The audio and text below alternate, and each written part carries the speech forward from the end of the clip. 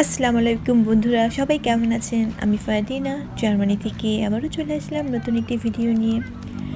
তো আজকের এই সুন্দর এই বিকেলবেলা আমি আপনাদেরকে আমাদের জার্মানির অনেক সুন্দর একটি জায়গা ঘুরে দেখাবো। তো দেখতে পাচ্ছেন এটা একটা আর কি ছোটোখাটো পুকুরের মতন। তো যেহেতু এখানে আমাদের জার্মানি প্রচণ্ড ঠান্ডা পড়েছে, আর ঠান্ডা হলেই বেশি পড়লেই আর কি এই পুকুরটা পুরো আইস হয়ে যায়। তো দেখতে পাচ্ছেন আইসের উপরে সবাই খেলা করছে, আর আমার সাথে আছে আমার বাচ্চারা।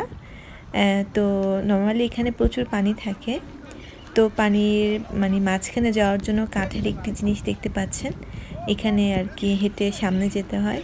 তো যেহেতু এখন পানি নাই, তো সবাই এখন পানির উপরই দাঁড়িয়ে আছে।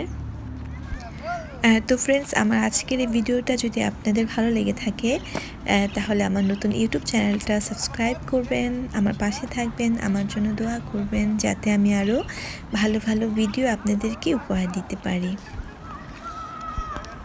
তো আজকে মোটামুটি অনেক ভালো ঠান্ডা। তো আমার ছোট বেবি আদনান বসে আছে, আর ও বসে বসে দেখছে সব আইসগুলো। তো বরফের দিনে জার্মান আসলে দেখতে খুবই সুন্দর। তো চলুন বন্ধুরা, এক ঝলক আজকের এই ভিডিওটা দেখে নিই।